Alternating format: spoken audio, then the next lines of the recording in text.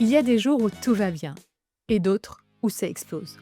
Où un mot, un regard, une consigne suffisent à mettre le feu. Une porte claque, un silence s'installe, une tension monte. Côté parents, Et pourquoi elle réagit comme ça? Pourquoi elle se referme d'un coup? On vit ensemble et là, je me fais rembarrer. C'est hormonal, c'est moi, c'est quoi?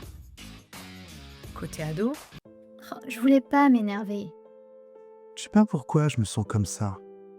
Tout est trop de bruit, trop de devoirs, trop de gens. Je ne ressens plus rien. Je suis perdue. et si je vous disais que ce n'est ni une histoire de caractère ou d'éducation, ni une crise à corriger.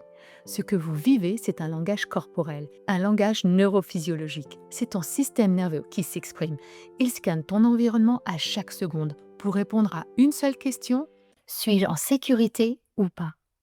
Et cette réponse-là, il ne la donne pas avec des mots. Non, il la donne avec un état combatif, fuyant, figé ou connecté. On les appelle les états du système nerveux autonome. Et ce sont eux qui prennent parfois le volant à ta place. Ces états-là, on les traverse tous. Alors que tu sois ado ou parent, bienvenue dans cette vidéo. On va explorer ensemble les modes de ton corps pour que tu puisses voir les conflits autrement, mieux les comprendre, te réguler et naviguer dans la tempête en gardant le lien. Ton système nerveux, ce gardien essentiel. Je veux disparaître. J'ose l'inconnu.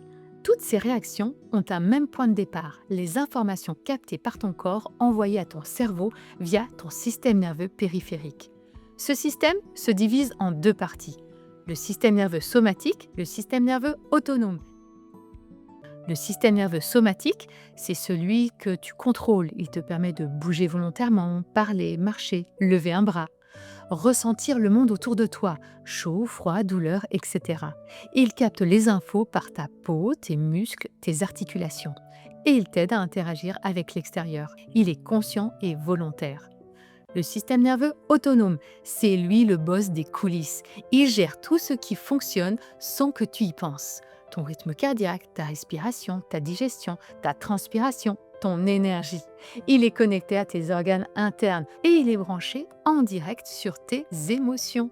Il a deux grandes fonctions, le système sympathique, le système parasympathique. Le système sympathique, c'est la pédale d'accélérateur. Il prépare ton corps à agir, fuir ou combattre.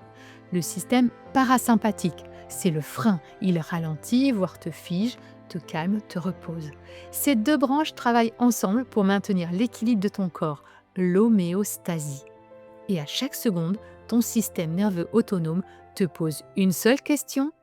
Suis-je en sécurité ou pas? Si la réponse est oui, il te laisse vivre, explorer, apprendre.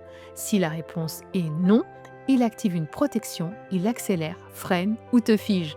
Ton système nerveux est vraiment un précieux gardien. Je te donne un exemple. Depuis ton enfance, on t'a appris que la route peut être dangereuse. Ton cerveau a enregistré ça avec les répétitions et l'expérience.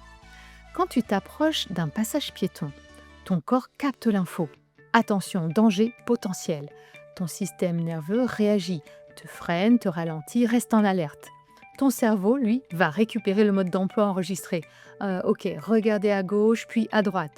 Ok, tu te rends compte que tu as les compétences, tu es rassuré, ton corps se détend, tu te sens en sécurité. Ton corps te laisse traverser. Mission accomplie. Mais imagine, une voiture arrive à toute vitesse. Ton cœur s'accélère, ta respiration se bloque, tes muscles se tendent.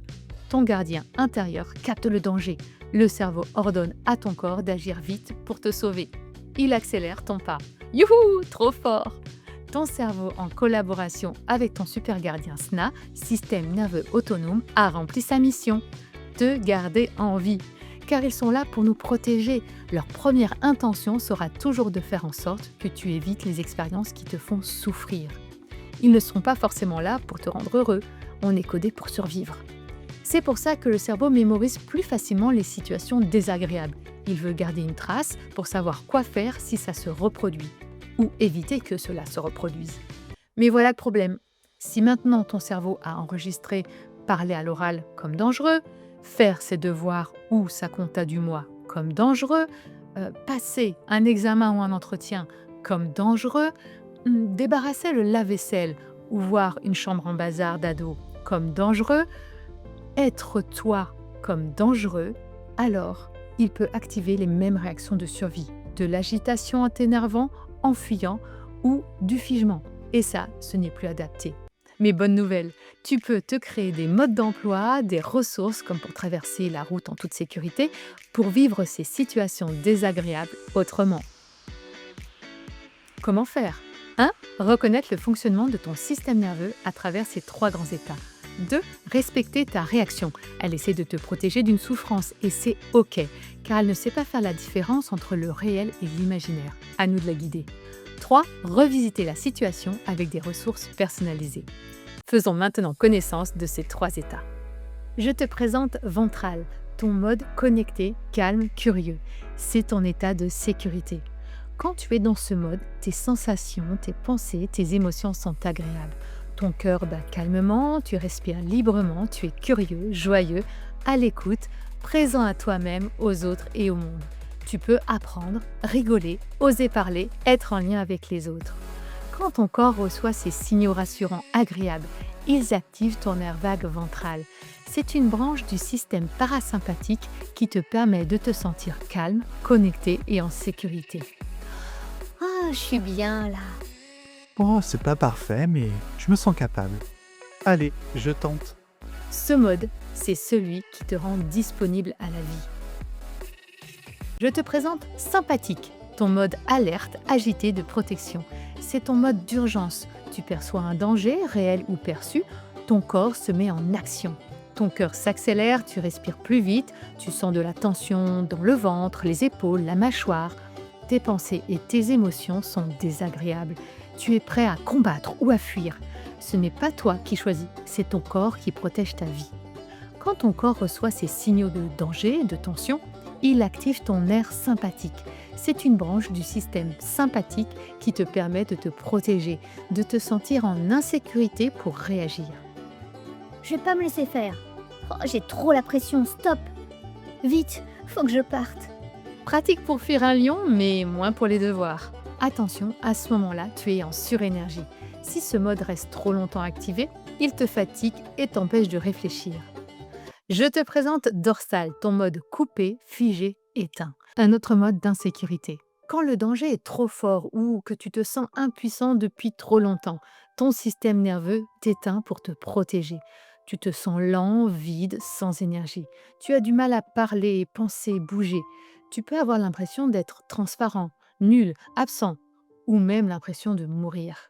Quand ton corps reçoit ces signaux d'alerte intenses, il active ton nerf vague dorsal. C'est une branche du système parasympathique qui te permet de te protéger et de te sentir en insécurité pour faire le choix de prendre soin de toi, de te ressourcer. Oh, je sers à rien. J'ai envie de disparaître. Laissez-moi. Attention, c'est un mode de survie, pas un bug. Ton corps est au minimum de son énergie. Il fait ce qu'il peut. Mais ce n'est pas une fatalité, hein. Tu peux remonter la pente petit à petit. Comment réguler mon état ? Tu l'as vu, ton corps a 3 grands états. Un mode de sécurité, ventral, qui active du calme, et 2 modes d'insécurité, sympathique, qui active du combat ou de la fuite, et dorsal, qui fige si sympathique n'a pas marché. Ce n'est pas toi qui choisis dans lequel tu te trouves, mais tu peux apprendre à te réguler, à choisir celui que tu veux avoir au volant. Enfin, commencer, parce que c'est comme apprendre à conduire, hein. Au début, tu cales, tu te manges un trottoir, et puis à force de pratiquer, tu trouves les gestes adaptés. Étape 1, je repère mon état. Tu commences par observer ton corps, ton énergie, tes pensées, tes émotions. Mais pour que ce soit plus facile, je te propose un jeu. Associe ton état à un personnage de dessin animé, de film ou de manga. En mode ventral, calme, curieux, ouvert, connecté. Chez moi, c'est Nausicaa qui le représente le mieux. Et toi ? Tu trouves ton personnage ? Simba, Yoda, Harry Potter ? En mode sympathique, agité, agressif, en action plus, ou en fuite, c'est mon Donkey Kong qui est là. Et toi ? En mode dorsal, coupé, éteint, figé, voire effondré, c'est Réponse qui apparaît. Et toi, Calimero ou Shinji Ikari ? En donnant un prénom ou une image à ton mode de réaction, tu prends du recul, car tu n'es pas ton état, ni ton émotion, ni ta réaction. Tu fais l'expérience de la vie. Tu n'es pas la colère, tu ressens de la colère, et tu peux choisir si tu la laisses conduire ou pas. Sangoku est au volant ? Ok, je me pose la question si cela est adapté à la situation ou pas. Étape 2, je respecte mon état et j'écoute son message. T'as le droit d'être en colère. T'as le droit de pleurer sans trop savoir pourquoi. T'as même le droit de ne rien ressentir du tout. Ce n'est pas toi qui débloque, c'est ton corps qui réagit. Ton système nerveux, c'est ton gardien. Il scanne en permanence ton environnement et ton corps. Et quand il capte quelque chose comme une menace, un danger, même petit ou invisible pour toi, il active un mode de protection. Avant même que tu penses ou tu ressentes quoi que ce soit, ton corps a déjà lancé l'alerte. Il envoie un signal au cerveau de sécurité ou de danger. Ce signal déclenche ensuite des émotions et des pensées. Tes réactions sont donc souvent automatiques et involontaires. C'est un mécanisme de survie. Donc arrête de te culpabiliser. Plus tu apprends à reconnaître ces états, plus tu peux les accueillir et reprendre petit à petit le volant. C'est ça, la régulation. Pas un contrôle froid ou parfait, mais une écoute bienveillante, un ajustement, une coopération avec toi-même. Fais ton enquête intérieure. Pourquoi j'ai réagi comme ça ? Qu'est-ce que mon corps a ressenti comme menace ? Peur de quoi ? D'échouer ? D'être rejeté ? De perdre quelque chose d'important ? Et surtout, de quoi j'ai besoin ? Je te donne des exemples de décodage. Quand le mode sympathique agressif s'active, c'est parce que tu as besoin de respect ou de poser tes limites. Quand le mode sympathique fuyant s'active, c'est que tu as peut-être besoin de soutien, d'un cadre, de te sentir capable.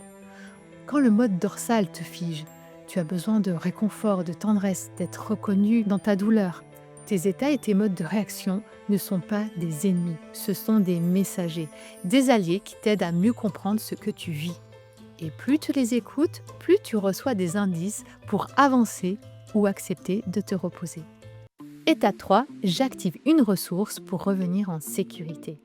Tu ne choisis pas toujours dans quel état tu es, mais tu peux choisir d'y rester ou de changer.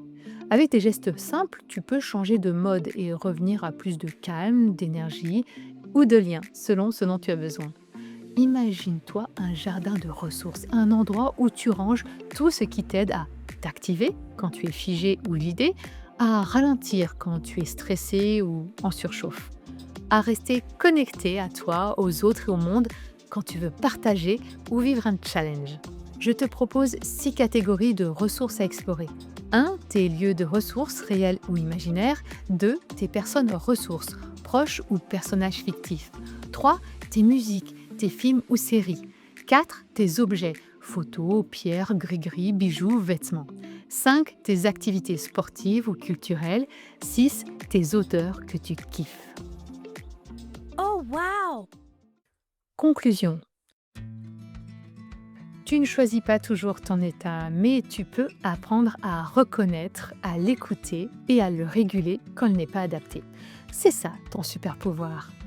Plus tu pratiques, plus tu construis une vraie boîte à outils intérieure et extérieure pour rester connecté à toi-même, même quand la tempête arrive. Et tu sais quoi ? Ton corps est ton meilleur allié. Il ne ment jamais sur ce que tu vis. Tes pensées, tes émotions, elles peuvent t'embrouiller. Elles peuvent te faire croire que tout va bien, alors que ton corps crie qu'il a besoin de repos. Elles peuvent te faire dire oui, alors que ton ventre tendu dit non. Mais tu as peur d'être rejeté ou mal aimé. Les réponses sont déjà en toi. Si tu veux changer d'émotion, de réaction, de mode, commence à les écouter, à identifier quel personnage est aux commandes et lui demander le besoin qu'il cache. Offre une réponse avec douceur en créant en toi de nouvelles sensations. Et ça, ce n'est pas magique, c'est neurophysiologique. Maintenant, tu connais ton super gardien, amuse-toi à observer qui prend le volant durant ta journée, ventral, sympathique ou dorsal. Et je te dis à la prochaine!